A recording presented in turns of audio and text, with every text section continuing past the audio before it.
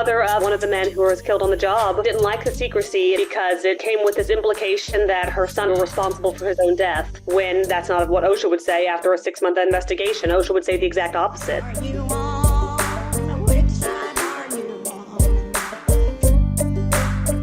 Taylor Barnes is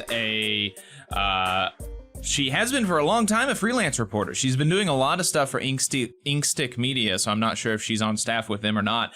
But particularly, she is on the defense beat. So we met a few years ago now when she was doing some reporting on Huntsville, and she's got a couple of new stories out that she's put in a lot of work on, and so we're excited to have her share that with y'all. Taylor, welcome back to the show. Thank you very much for having me on. Yeah, it's great to see you again. And so are you staff with Inkstick Media, or are you freelancing for them? Yeah. No, thanks for asking. So nowadays I am indeed staff, and I was freelance for 12, 13 years. And so being a freelancer for so long, I think goes hand in hand with my interest in labor stories. Yeah, I imagine that'll give you some personal experience with precarity for sure. Right. So your most recent story is, like I said, out in Inkstick Media. Definitely, you're going to want to check it out. The title is "Dying to Make Hypersonic Missiles in Utah." What is this story about? So this story dates back to January of this year when a colleague sent me a tip. So as you mentioned, I cover the defense industry. I really cover the people and places tied up in, the United States, nearly $1 trillion national security budget, and in the workplaces, of course. So back in January, a colleague sent me a tip and said, Taylor, there was a death of 2 workers at a Northrop Grumman plant in Utah, and the company is being extremely tight-lipped about it. So Northrop Grumman is one of the top 5 defense contractors in the U.S. and sort of in my field, they're called the Big Five, the top contractors that really dominate the defense contracting market. And Utah's a really important place for both Northrop Grumman and the defense industry in general. It's like Huntsville, missile and rocket hub. And so, the colleague sent me that tip, but then the company didn't even release the man's name. They said nothing about the circumstances of the death. And then nothing on local news. There was a brief statement from the company saying, out of respect for the workers' families, we're not releasing their names. So I had to start digging through public records. I requested police reports. I requested OSHA reports. A lot of them took a long time to be made public. I finally reached out to the families. I found their names hidden, buried in these reports. I reached out to a coworker and really found out where families told me that, no, that was not their wishes not to be named. That was the company's, and that sort of suppressed media coverage and kept them sort of off the public radar. And after being reports, the mothers of one of these people said, you mentioned in your piece that she said that she felt really, disconcerted with the secrecy around her son's name. Yeah. So I have to say, when I saw the statement from the company saying, out of respect for the workers, we're not releasing their name, that kind of already made my antenna go up because, it's plausible. Maybe indeed the families wanted privacy, but generally, if your loved one dies, you and your family, your families and friends know about it. And most people want their loved one who dies to be remembered and be remembered as a person with a name. The mother of one of the men who was killed on the job told me that she really didn't like the secrecy, and it sort of was a bit of salt in the wound because it came with this implication that her son had done something wrong, as though he were responsible for his own death. When that's not what OSHA would say after a 6-month investigation. OSHA would say the exact opposite. They use their most serious classification in the death, which is called willful serious. And it boils down to the men were in a confined space where argon gas was known to leak, and they had no protective gear, no breathing apparatus, no, pulley harness system to get them out of danger. And argon gas will displace oxygen. That's the purpose of it in welding. And asphyxiated the men in just a matter of seconds. And just to kind of illustrate, I found this was just stunning. Just to illustrate how quickly this happens, you recounted in your piece how, after a certain time, some of their coworkers were like, hey, where are these 2 folks? And so they start looking around, and they, through a couple of clues, they figure out, oh, they're down here in this confined space. And so they go down to look for them. And you can tell me if they get to the bottom or if they don't, but after you said just a few seconds, this person starts feeling dizzy. He crawls up out of the hole and he gasping. He can barely breathe, and he has to be pulled away to get medical treatment, I think. It's extraordinary. Exactly. So the two coworkers who noticed that they didn't show up in the locker room and the break room go looking for them, and then go down to the area they call the pit, which is below an autoclave. And this is literally underground. So again, this oxygen, this gas, argon, is heavier than air and will displace air. And here they are in an underground space where argon is leaking. And the two coworkers went to go went looking for them. And one just told police that he was in distress because he was gasping for air and trying to get out of the space where his coworkers had just suffocated. It's a horrible story. And I imagine plenty of your listeners who might even be familiar with this gas and familiar with confined space entry will know that in industrial workspaces, sort of confined space entry is a whole area of sort of study and of training. This is not something you take lightly. OSHA defines confined spaces in a few different ways, one of them being a space that's not meant to be continually inhabited, a space that has a risk of oxygen deprivation, which is clearly what's going on here. And sort of the heart of what went wrong at this workplace was the workplace decertified the area as a confined space, and therefore they didn't have to act on the sort of safety measures like giving them supplied air or having some sort of system to retrieve them. Instead these workers just walked down in their normal clothes into the confined space and asphyxiated in a matter of seconds.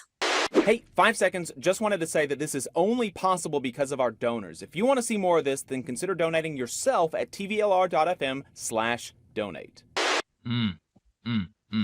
And so the fact that they decertified it, so it used to be an area where the company required these type of precautions, and they took it away. Yeah. Have you been able to figure out like what it was that made them feel like, no, we don't have to do this anymore?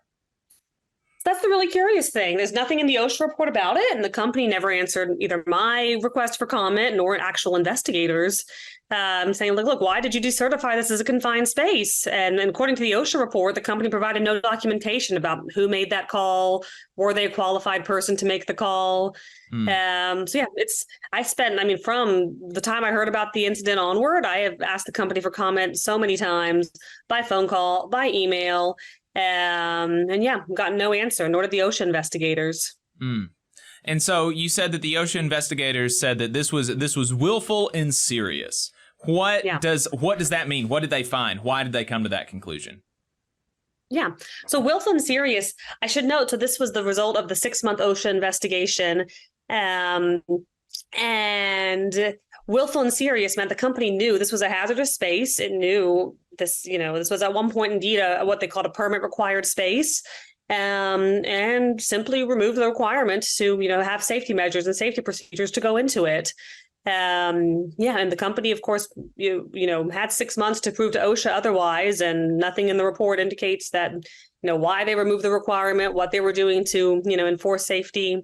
Otherwise, I should note that the company is appealing. However, neither OSHA nor the company gave me any information on their appeal. And I was told by a workplace safety expert that in cases of deaths like this, that companies always appeal, even if there really is no substance to it. And that it's a way of dragging out the case and sort of exhausting the families. So,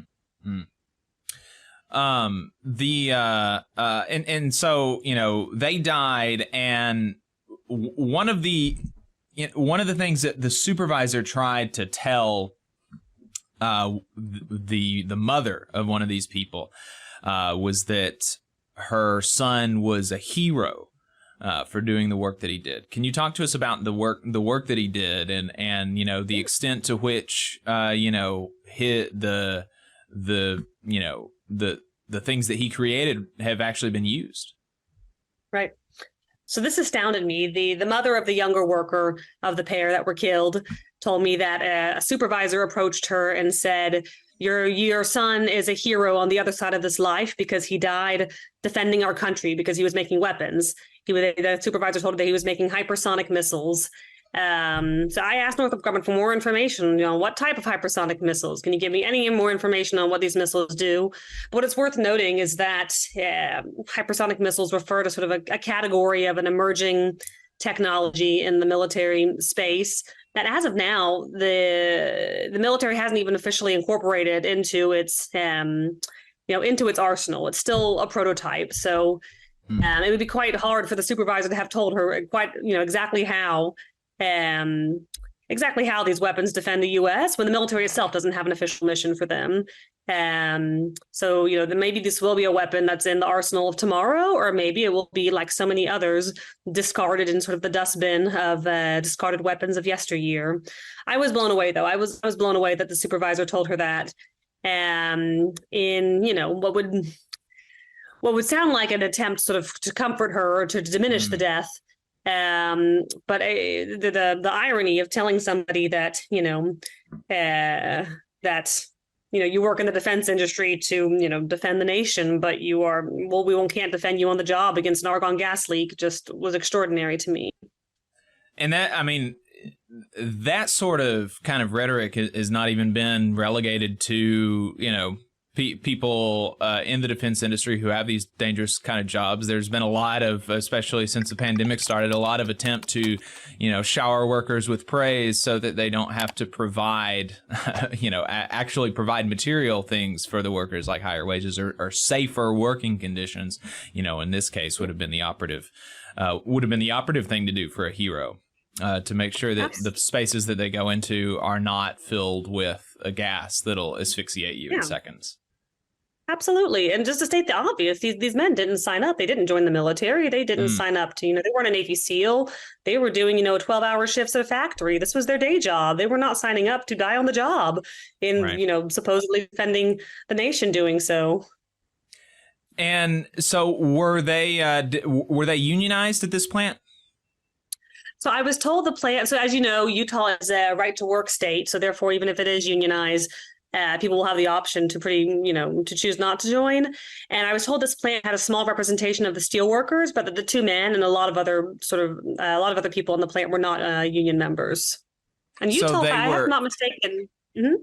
So meaning that they were not in the bargaining unit represented by the steelworkers, or meaning that they were represented but were not members? They were. That's a good question. I don't believe. At least they were not. They were not members. But because there are plants that have different, the janitorial staff may be, unionized with the SEIU. And so, the SEIU wouldn't represent a machine worker, right? If that was the case of the facility. So, it could be, and I'd be interested in learning that. It could be that the steel workers represent, the tool and die workers or something, and not whatever they did. So. No, that's a good question, and I know at least they were not members, but I don't know, what led that to happen. You just saw a clip from the Valley Labor Report. We are live every Saturday morning from 9:30 a.m. till 12:30 p.m., and we pride ourselves on keeping all of our content free to everybody so that we can talk to as many working folks as possible. If you support the work that we're doing, you think that it's important, you think that it's good, then consider making a monthly contribution to the project, and you can do that on our website, tvlr.fm. Which side are you on?